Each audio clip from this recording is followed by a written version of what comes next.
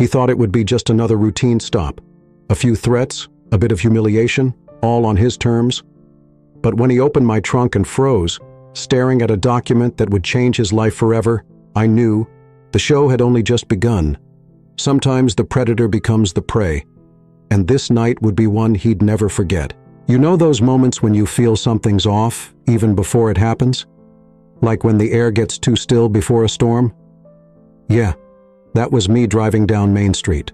The rain was drizzling, my windshield wipers doing their best to keep up, and everything felt off. I was on my way home after a long day, the kind where your brain feels like mush, and all you want is a hot shower and silence. Then I saw them, red and blue lights flashing in my rearview mirror. A police cruiser? "Here we go," I muttered under my breath. I wasn't speeding, my taillights were fine, and my plates were legit. So what was the deal? Oh wait, I knew what it was. Driving while black. Classic. I pulled over, my hands already at 10 and 2 on the steering wheel because we all know the drill. The cop car parked, and I watched as this big guy in a pressed uniform stepped out, his boots crunching on the wet pavement.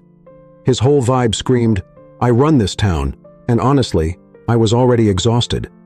"License and registration," he barked as he reached my window. "No." "Hello." "No." "Good evening." Just straight to business. His tone wasn't asking, it was commanding, like I'd already done something wrong. "Good evening, officer," I said, keeping my voice steady. "Can I ask why you pulled me over?" "You're driving suspiciously slow," he said, squinting at me like I'd just insulted his mother. I blinked. Suspiciously slow? Was that even a thing? "It's raining," I said. "I'm just being careful." He leaned in closer, water dripping off the brim of his hat. "Careful, huh? You got something to hide in this car, pal?" There it was, that word, pal. Not sir, not mister, just pal, delivered with enough condescension to fill a football stadium. "Officer, I don't have anything to hide," I said calmly. "Everything's in order." I reached slowly, emphasis on slowly, to grab my license and registration from the glove compartment. The last thing I needed was him thinking I was reaching for a weapon. He snatched the papers from my hand and glanced over them like he couldn't be bothered. "Stay right here," he ordered, stomping back to his cruiser. I watched him in my side mirror, half expecting him to call for backup or pull some kind of stunt. Something about him just screamed this isn't going to end well. When he came back, he looked irritated, like he'd been hoping for a reason to escalate things and hadn't found one. "Step out of the vehicle," he said. "What's the reason, officer?" I asked, keeping my tone polite but firm. "I've done nothing wrong." "Step out of the vehicle," he repeated, emphasizing each word like I was hard of hearing. I sighed and complied because, let's be honest, arguing wasn't going to help. I stepped out into the drizzle, the cold wetness soaking through my jacket almost immediately. "Open the trunk," he demanded, gesturing to the back of my car. "Officer, with all due respect, you need a warrant for that," I said, his face twisted into a smirk, the kind that made my stomach churn. "You see, that's where you're wrong. I can check whatever I damn well please." "Actually, no, you can't," I replied, my voice steady, but he wasn't listening. He was already heading to the trunk, fumbling with his keyring like he owned the car. "Officer, you're violating my rights," I said louder, but he ignored me completely, popping the trunk open like it was his personal treasure chest. That's when he spotted it, a sleek gray document case sitting neatly in the corner of the trunk. "What's this?" he asked, his tone suddenly shifting to curiosity mixed with suspicion. "Personal property," I said sharply. "You have no right—" But he was already reaching for it. My heart pounded as he unlatched the case and opened it. For a split second, I wanted to laugh at how eager he looked, like a kid unwrapping a birthday present. Then his expression froze. His face turned the color of chalk as his eyes scanned the document lying neatly on top. Whatever confidence he'd had evaporated in an instant. His jaw tightened, and his hands trembled slightly as he held the paper closer to his face. "Officer Harry H. Oliver," I said, watching the realization dawn on him. "Now, do you want to explain why you just violated the rights of your new boss? Let me tell you something about people like Officer Oliver. They don't know when to quit. Seriously, the guy was acting like he just cracked the biggest case of his life, and all he had to show for it was my trunk, full of absolutely nothing. Well, nothing except for that gray document case. Now, when I saw him pull it out, I felt this weird mix of frustration and excitement. Yeah, I'll admit it. There was a part of me that was curious to see how this would play out. Because Oliver? He had no idea the storm he just walked into. "What's in here, huh?" he asked, holding up the case like it was some kind of trophy. His smirk was back, but it looked more forced now, like he was trying to convince himself this was still going his way. "Put it down," I said, keeping my tone as calm as possible, even though inside I was screaming. "That's private property and you're way out of line." He ignored me, big shock there, and popped the latches on the case. It opened with a soft click, and he flipped it up to look inside. That's when the magic happened. His eyes landed on the top sheet of paper, and you'd think he'd just seen a ghost. The color drained from his face so fast, I half expected him to pass out right there in the rain. He squinted at the document, then blinked a few times, like he was hoping it would magically turn into something else. "Wait a minute. What the hell is this?" he muttered under his breath, but I heard him loud and clear. His voice had lost that cocky edge, and now he sounded nervous. Oh, how the tables had turned. "What's the matter, Officer Oliver?" I asked, leaning casually against my car. "Something catch your eye?" He didn't answer. His hands were shaking as he held the paper closer to his face. I could see the big, bold letters at the top of the document from where I stood. Notice of termination. Beneath that was his name, clear as day, followed by a list of offenses that would make anyone think twice about hiring this guy for so much as a babysitting gig. "Dude, this can't be real," he stammered, his voice barely above a whisper. Then he looked up at me, and I swear, I've never seen a man go from arrogant to terrified so fast in my life. "What the hell is this?" "That, my friend," I said, crossing my arms and giving him a slow, deliberate smile, "is a very official document, and you're holding it without permission, by the way." He blinked at me like I'd just spoken to him in ancient Greek. "Permission? What the fuck is going on here? Why don't you read the whole thing, officer? Might clear up some of your confusion," I said, tilting my head toward the paper. I could practically see the wheels turning in his head, and let me tell you, they were squeaking. His eyes darted back to the paper, and I watched as the words sank in. The offenses, the complaints, the recommendation for immediate dismissal, all of it. Then finally the signature at the bottom. "Adam William, Chief of Police." You're the..." He started, but the words got caught in his throat. He looked up at me, his face pale as the clouds above us. "This can't be real. You're not..." "I'm not what?" I said, raising an eyebrow. "Your new boss. Sorry to disappoint, but yeah, that's exactly who I am."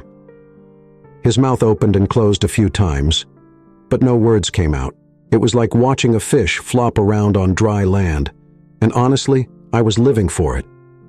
"Look, this has to be a mistake," he finally managed to choke out. "You're not supposed to... Let me stop you right there," I said, holding up a hand. "Before you say something even dumber than what's already come out of your mouth, I was brought in to clean up this department, and guess what? Your name was at the top of my list." His hands dropped to his sides, the paper still clutched between his fingers. He looked like he'd just been hit by a freight train. "But, look, we can work this out, okay? I didn't mean anything by it." "Oh, you didn't mean anything by it?" I interrupted, my voice dripping with sarcasm. "So, when you stopped me for absolutely no reason, searched my car without a warrant, and opened my private property, that was all just a big misunderstanding." "Come on, man," he said, his tone shifting to desperate. "I didn't know who you were." "And that makes it okay?" I shot back. "What if I wasn't your boss? Would that make your actions acceptable? Because I gotta tell you, Hendricks, that's not how the law works. Not anymore." He stared at me, his face a mix of panic and disbelief. I could see the gears in his head turning, probably trying to figure out a way to dig himself out of the massive hole he'd just created. Spoiler alert, There was no way out. "Please," he said, his voice barely above a whisper now. "Just give me a chance to explain." I shook my head. "Oh, don't worry, Hendricks. You'll get a chance to explain, just not to me."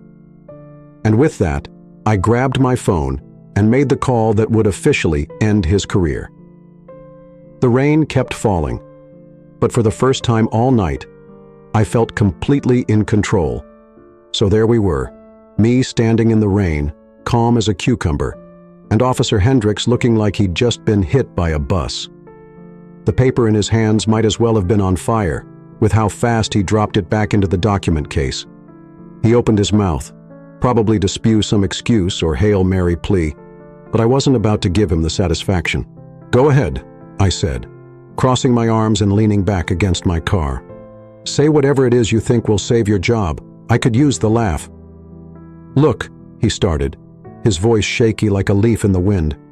"This was just a misunderstanding, okay? I didn't know who you were, and... Oh, so it's okay to violate someone's rights as long as they're not your boss?" I cut him off, my tone sharp enough to slice through steel. "Because that's what I'm hearing, Hendricks. Am I wrong?" He blinked at me, his mouth opening and closing like a fish gasping for air. "No, that's not... Look, I'm just saying, maybe we don't have to take this any further. I can fix this. I'll apologize. I'll..." "Apologize?" I said, letting out a bitter laugh. "That's rich. Tell me, Hendricks, how many people have you pulled this kind of stunt on before? How many people didn't have a document in their trunk that forced you to backpedal?" His silence said it all. He looked down at the pavement like it had all the answers, but we both knew the truth. This wasn't his first rodeo, and it wouldn't have been his last if he hadn't run into me. "Yeah, that's what I thought," I said, shaking my head. "You're not sorry you did it. You're sorry you got caught." "Come on, man," he said, his voice dripping with desperation now. "You've got to understand. This job, it's all I've got. I made a mistake, okay? But I can learn. I can change. Just don't do this." I stared at him for a long moment, letting his words hang in the air. The rain kept falling, soaking both of us, but I didn't care. This wasn't about him. It was about the people who came before me, those who didn't get the chance to stand up for themselves, who didn't have the power to say enough. "You want to change?" I finally said, my voice steady and cold. "Then prove it." "But you're not doing it in my department." His face crumpled like a paper bag, and for a second I thought he might actually start crying. "You can't do this," he whispered, his voice barely audible. "I need this job." "No? What you needed was a wake-up call," I said. "And consider this it." I pulled out my phone and dialed the number I'd been saving for this exact moment. The line rang once before a familiar voice picked up. "Chief William," came the crisp greeting on the other end. "It's me," I said. "I've got Officer Oliver here with me. Effective immediately, he's terminated. Notify HR and make sure the paperwork is expedited." Oliver's eyes widened as the reality of the situation hit him like a freight train. Wait! You don't have to do this," he stammered, his voice rising in panic. "Please, I'll do whatever you want." I held up a hand to silence him. "It's done, Oliver. Pack your things and turn in your badge and gun by the end of the day, and don't even think about appealing. The complaints against you are well documented." I ended the call without waiting for a reply. When I looked back at Oliver, he was frozen in place, his face a mix of disbelief and sheer terror. It was the kind of look you'd expect from someone who just realized their worst nightmare had come true. "Here's a tip," I said, stepping closer to him. "Next time you put on a uniform, if anyone's ever foolish enough to give you another one, remember what it's supposed to stand for. Protect and serve, not harass and intimidate." He didn't say anything. He just stood there, drenched and defeated, as I picked up the document case and closed my trunk.